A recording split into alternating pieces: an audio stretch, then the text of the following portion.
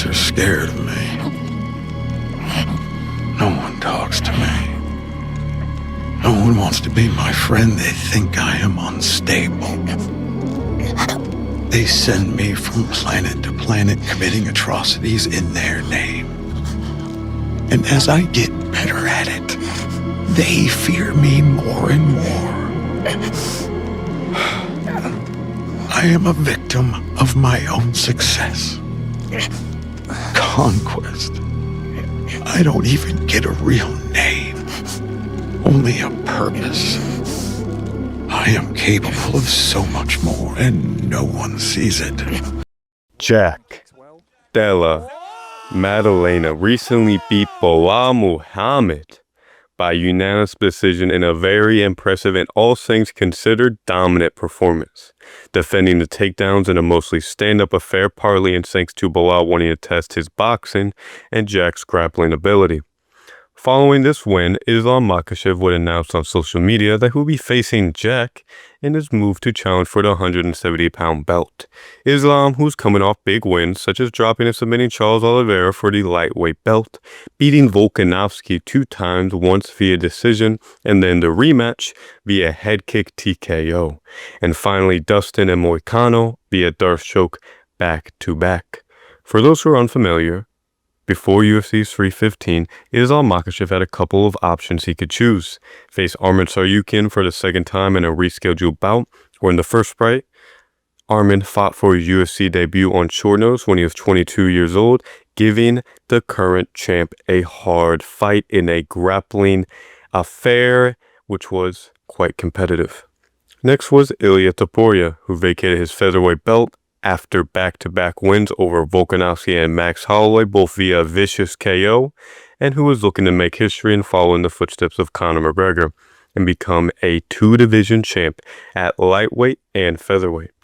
The third and final option being a move to welterweight, where Islam can follow his own dream and become a double champ at lightweight and welterweight. While he may have missed out on some of these fights, mainly Ilia versus Islam, we have a new opponent in JDM, who's riding an 8-fight win streak in the UFC and an overall win streak of 18, with 12 KOs and 2 submissions, compared to Islam's 15-fight win streak in the UFC with 5 KOs and 13 submissions, with 4 title defenses and pound-for-pound #1 status. For many on paper, this was a blowout. With Islam's dominant Dagestani-style wrestling, technical trips and sweeps, and underrated kickboxing, this should be an easy win for the all-time great Islam Makhachev.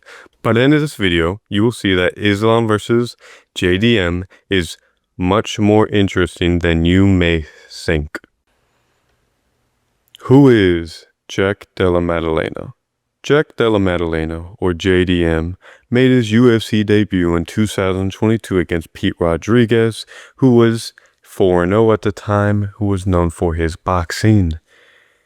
In this bout, in the first round, JDM would land nasty combos and counters and eventually win via TKO. This year, he'd go on to be 3-0. And this year, he would beat Ramazan Meev, a Dagestani-esque grappler known for his Darth choke, who was 20-5 at the time, and who would succumb to body shots, and Danny Roberts, who was 18-6, who would, after multiple barrages of punches being dropped and hurt, would eventually get stopped. Coming from the Dana White's Contender Series, JDM proved to be an underrated, highly skilled prospect with exciting finishes. Following this, he would again fight 3 times in 2023, beating Randy Brown, a long, rangy kickboxer with nasty jiu-jitsu who was 16-4 at the time, Basil Hafez on short notice, where he would beat him via a scrappy grappling affair where JDM would win via split decision, and Kevin Holland. Around this time is when the narrative shift around JDM would change. His Randy Brown win was the peak of his career. Randy Rude Boy was on a 4-fight win streak, who is, as we've seen now, is making a deep welterweight run, even while being robbed by the judges against Brian Battle. JDM on the outside would land low kicks against Randy and inched in slowly, eventually cracking and submitting Randy Brown at the end of the first round. At the peak of his career, JDM would start off his UFC career at 4-0, all by finish. But this is when some bumps would start to happen. JDM was scheduled to fight Josiah Harrell at UFC 290, Volkanovski versus Jair, but due to a diagnosis of a rare brain disease, Josiah was forced to pull out. JDM wasn't able to stay on this card, unfortunately, but he did fight the next week against Battle of Fez. This fight is often mischaracterized as a blemish on JDM's record, which in some ways it is. It put a lot of doubt in people's mind against Bilal, and it still does for when he will fight Islam. This fight was a back and forth affair, with JDM bullying Battle of Fez with unique combos such as grabbing his fucking hand and bashing his head in. But JDM decided to pull many guillotines and put himself in bad positions. This led to a split decision that was much more competitive in my opinion than it needed to be.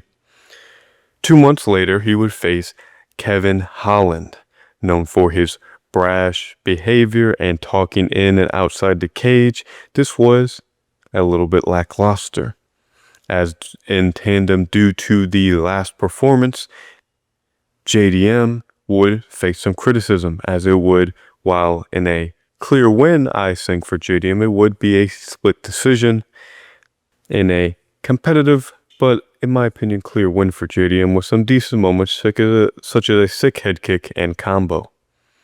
At a low point in his career in terms of hype, many called him overrated and unimpressive and not fit for the top 5 and not championship material. This would be time for JDM to prove himself not only as a top contender, but to stand above them all. Gilbert Burns was going through a resurgence. In a loss, and many would call his most impressive performance in a loss against Khamzat Chimaev, he would go on to rock and drop the title contender. He would then go on to Samil Neil Magny and retire Jorge Masvidal. He was all in all at the top of the division and in line for a title shot against the champ at the time, Leon Edwards. But at UFC 288, Burns would fight Belal Muhammad.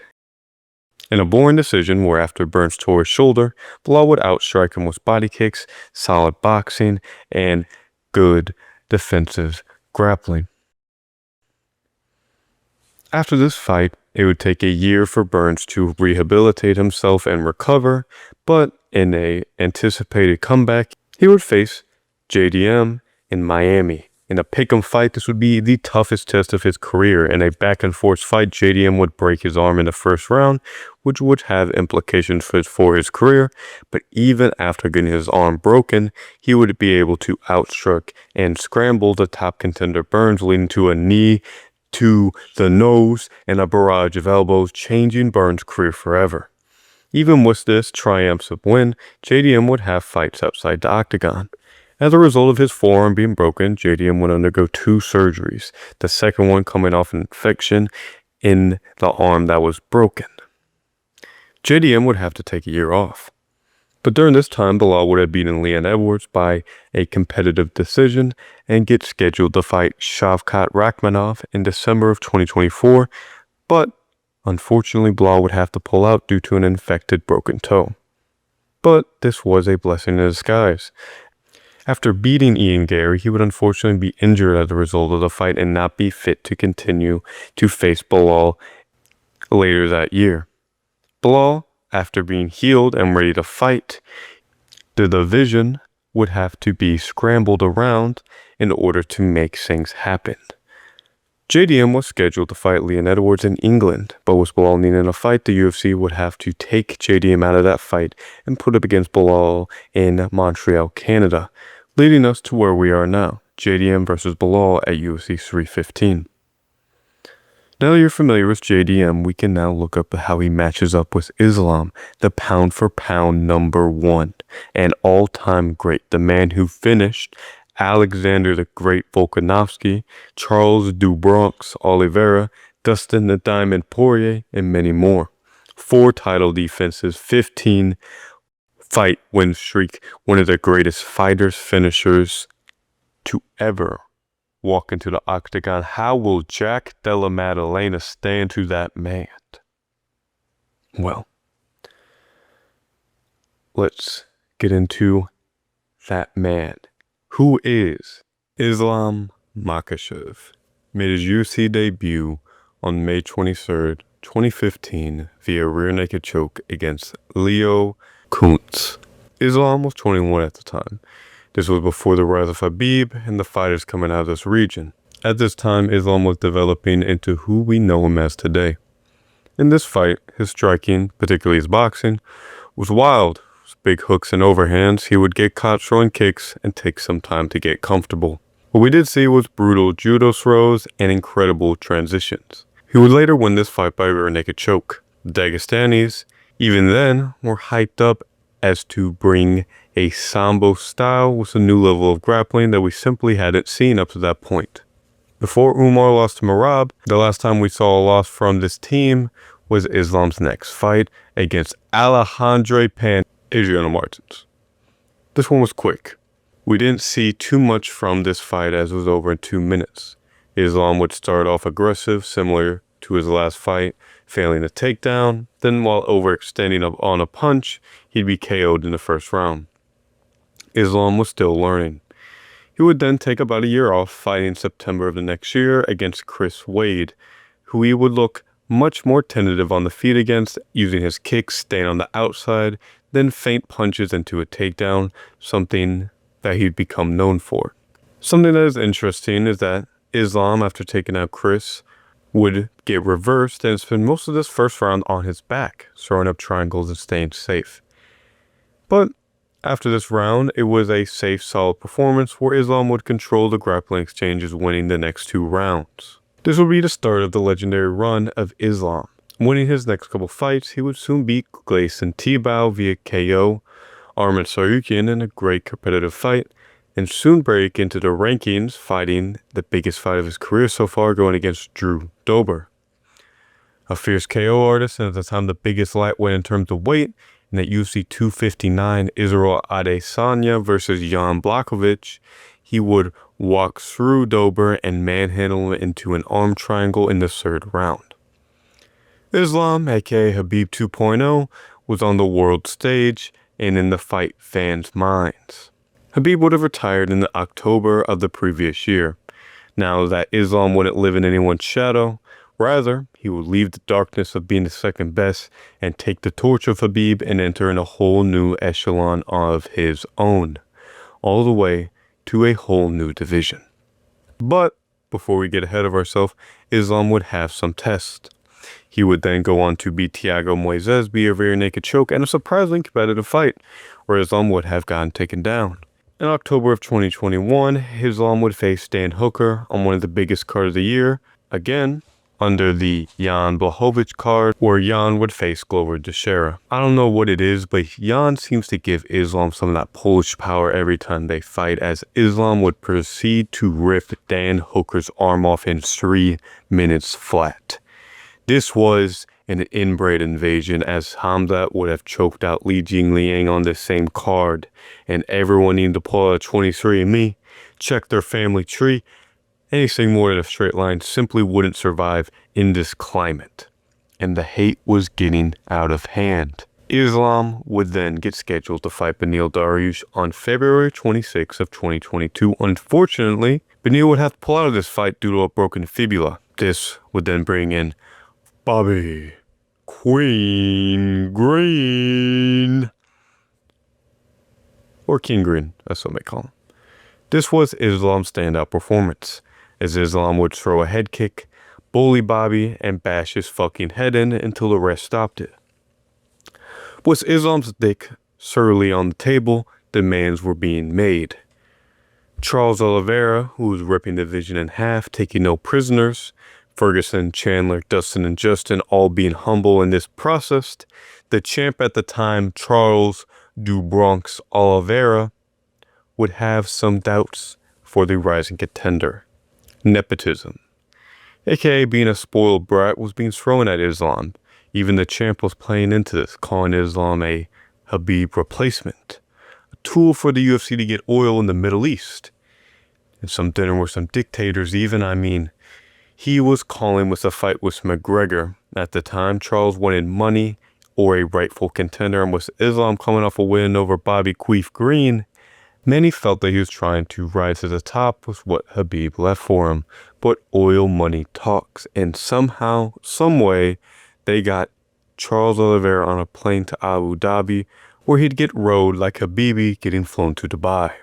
I literally cried and crashed out after work after Charles, who got controlled in the first round comfortably, would throw a flying fucking knee and get checked hooked, put on his back, and thoroughly arm triangled. Fazer's plan was complete. Islam would bring the belt back to Russia, and the division would change forever. Islam Makhachev was the champion, and no one would dispute that. Even my glorious king, Volkanovski, who was the king of the world and pound for pound #1 with 4 title defenses at the time. This would be Islam, as we know him's, toughest test. A 5-round war where Islam would impress everyone with his striking and Volk would impress everyone with his grappling defense. Where Volk would land leg kicks on the outside looking to land in the pocket, and Islam on the back foot would land kicks and counters, dropping Volk and controlling him. In a back and forth war and fight of the year, Islam would scrape by a close decision, but doubts would form until we took it back to Abu Dhabi. UFC 294, Islam would, to the despair of many, would, with lack of a better word, try to take down Volk, say fuck this, and punt him in the head. Islam was on top of the MMA world and would simply keep dominating. Dustin the Diamond Poirier was a veteran, and who had for the last 15 years had KO'd, submitted, and broke some of the best fighters in the world. This would be Dustin's last chance. Having previously lost to Khabib and Charles for the belt, this would in many ways recap his career in a single fight. In the first round, Islam would take down and control the challenger after landing a flurry of shots. He was simply too strong and overwhelmed Dustin. After almost latching up a Kimura in the first round, Dustin would try to stand up but immediately get his back taken. Dustin was being mauled. But after the first round, Islam would try to take Dustin down again after he caught a leg kick, but Dustin, after pushing him off, would find his way back to his feet and declared war on Islam. Through a tough and desperate affair, Dustin would land body shots and elbows with the dirty boxing that he is known for, but it was all for naught. Islam in the fifth would, with a golf swing takedown, eventually submit Poirier with his signature darce. A true war and gem for Islam's belt and legacy. The next and final fight for Islam at his division that we will see for some time would be against Renato Moicano, where Islam wouldn't find the same resistance. There isn't too much to say in this fight. Armin sure you can shit the bed, and on hours notice, Renato Moicano would, after a hefty paycheck, afford to lose. Islam, after feeling that Renato on the feet, would take the fight down, and after Moicano would make some space, Islam would latch up a darce and end the dreams of the lifelong contender. Islam's first run at lightweight, while with some early challenges, proved to be the breeding grounds for one of the greatest fighters of all time with legendary wins. This is all before fighting for a second belt, against whom you may have heard of, Jack Della Maddalena. Now that you're familiar with the two champions and the rules of their divisions, let's get into the breakdown. The breakdown. Starting with Islam Makhachev, he's evolved his style into a judo sambo style with technical throws, trips, and dominant grappling. In recent fights, we have seen his striking evolve into a great kickboxing style with heavy body kicks and head kicks with slick boxing and powerful hooks. Him having dropped Charles and Volk. Islam, as opposed to Khabib, is more tentative and has educated pressure and is willing to fight on the back foot, as we saw with Volk the first time and Renato Moicano. On the ground, he uses heavy pressure, submission attempts, and ground and pound to transition to dominant positions. He is also, in my opinion, the most clutch fighter in the UFC. Under the most pressure, he has found finishes. For example, after going to war with Volk the first time and winning a close decision in a rematch on short notice, he would change the game plan to implement much more kicks to the body and heavy pressure, leading to him to set up a head kick for an early finish. Against Oliveira, after Islam found success on the ground and feet, Oliveira would start to ramp up the pressure, eventually throwing a flying knee against Islam Makhachev, but he would take advantage and counter Oliveira, eventually submitting him after dropping him. Against Dustin in the war, he was edging out. In the 5th round, after Islam was being cut and bombed, he would take down and submit Dustin. He is one of a kind in terms of making finishes happen, something that Bilal struggles with. All in all, you cannot find a fighter on the roster or in history more well-rounded than Islam. No one has the skills and finishing ability Islam has, but there are some weaknesses, mainly pressure, boxing, power, and takedown defense/scrambling ability. JDM is a versatile boxer with calf kicks, teeth, slick grappling defense, great chin, and power. Very similar to guys like Dustin and Ilya. JDM also has Craig Jones in his corner, who made it very difficult for Islam and Bilal to grapple with Jack and Volk respectively. In the fight against Bilal, I think JDM showed an ability to lead the dance while also catching Bilal on the back foot, showing he is dangerous in all areas of the fight. With great cardio and raw dogging ability, he'll make this fight a game of inches, where JDM will push Islam back with double jabs, teeps, and calf kicks, with Islam landing body kicks and chuck hooks, trying to force the clinch to find opportunities for trips and takedowns against defense. When looking at this fight, I've noticed there are some areas that Bilal succeeded against JDM that I believe Islam can take advantage of.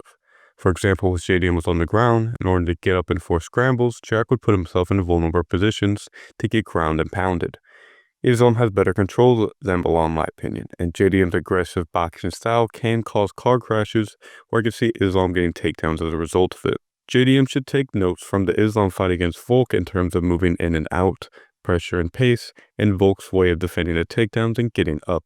Jack should also look at the Dustin fight, as Dustin struggled to get comfortable with Islam and had to take advantage of the clinch and pot shots from range. I believe if JDM was Craig Jones and Volk in his camp, they can make a game plan that is kryptonite to the pound-for-pound number one. As I think about this fight, I can see in the first round with Islam staying on the side of the cage, pressuring when presented opportunities, with JDM trying to stay at the end of his punches and counter him while landing teeps and calf kicks. Depending on how Islam can control JDM will affect the fight greatly. I believe he can take down JDM, but looking at his Dustin fight, I'm not sold on him just sitting on him. If JDM can continue to get up and stay on the feet and get more comfortable, I believe JDM can land more punches and creative strikes, such as in the 5th round against Bilal, with the counters and knees. Islam did look uncomfortable with Volk in the 5th round. Other intangibles are JDM's chin and power. I don't see Islam rocketing more than once and twice with a big punch or kick unless he lands ground and pound. I see JDM getting more and more comfortable as the fight goes on and hurting Islam while landing teeps and calf kicks on the outside. On the other hand, I see Islam having a lot of success with the body kick, mixing up striking with slick takedowns and trips where he can wrap up submissions, such as his specialty darts, where JDM almost did get submitted by against Ramazan Mamif. In a 55-45 fight, I'm leading JDM. My 3-2 decision was JDM having the ability to TKO Islam after rocking him, and Islam having the ability to lock up a Darce and or other submissions. This is a great fight, and in my opinion, more competitive than Islam versus Ilya, and should be appreciated as such. JDM and Islam are both very skilled and prepared fighters with poise and impressive performance. Islam, win or lose, I see him fighting the winner of Charles versus Ilya if it's Ilya. If not, I can see him staying at welterweight or even retiring, to be honest. At that point, he will be the lightweight GOAT, also a 2-division champ. I do hope that if Islam does stay at welterweight, we can see him fight Shavkat or the winner of Sean Brady versus Ian Gary. Hopefully we can get a clear number one contender at welterweight. It kind of feels a little logjam in my opinion. Personally, I like to see Islam or JDM fight Sean Brady. I think that's the most interesting fight in the division stylistically. Brady is in my opinion, is one of my favorite fighters to watch style-wise. And I think that he can pose unique problems to both of them in terms of when Bilal got down JDM, I think that Sean Brady will take advantage of those positions a lot more. But I also think that JDM will take advantage on the feet more. So I kind of see him being more of a grappler versus striking fight than the Bilal fight. And I think against Islam, I think he's one of the only people that actually beat Islam in the form of the ground. And I'm curious to see him fight against a jiu-jitsu guy that's not like Oliveira, that's willing to, sit him on his back and fight off his back. For JDM, I like to see him fight Shavkat as well. I think that's the most banger fight you can fucking get. I feel like it's very underrated. I've seen people pick Shavkat in that fight, which I'll say is like an easy one for JDM, but I do think stylistically it's like a perfect fight in terms of a guy that's willing to box with him at all moments of the fight while also not really moving his head. And I don't know if the kicks are going to be such a problem that it's going to change the course of the fight. I think JDM knocks out Shavkat, but I think it would be a really fun fight. I see it almost being kind of similar to almost a mixture of like the Ilya versus Max fight and the Shavkat versus Jeff Neal fight in terms of Jack coming in on Shavkat. I can see Shavkat kind of backing up with him, kind of fading away, trying to land shots, but just probably implementing more kicks if I had to guess, just because of the threat that JDM presents. But overall, I just see it being a banger. But with Islam now coming to welterweight, I think it really makes it, I want to say probably the best, how do I say this? The biggest glow up, I suppose, for a division in terms of their transition from the older fighters to the newer fighters. I think it's probably done it the best. Because in many ways, this welterweight division feels like the best it ever has. Just with all the people in there, you know, JDM, Islam, Bilal, Shavkat, Gary, Brady, Usman, Buckley, Morales, Pratis. Probably other people you can throw in there like Wonderboy and MVP. I think we have a lot to look forward to in this division. I wish that Hamza would stay here because I'm more interested with him at welterweight than I am at middleweight, but he still is fun at middleweight, so I'm not too mad at that. But it would be interesting if Hamza would ever come back to welter in the future, which I'm not confident in, but it would be very fun if he did. But anyway, I have some fun videos planned out for the future, something you may not expect. I kind of want to, hopefully in the future, do some documentaries, have this be kind of, you know, learn some more skills. I want to do some funner videos, documentaries, and then some basic like breakdowns and predictions and stuff like that. Anyway, I hope you all enjoyed the video. My name's Jack, aka Just a Cunt, and I hope you enjoyed it. Bye.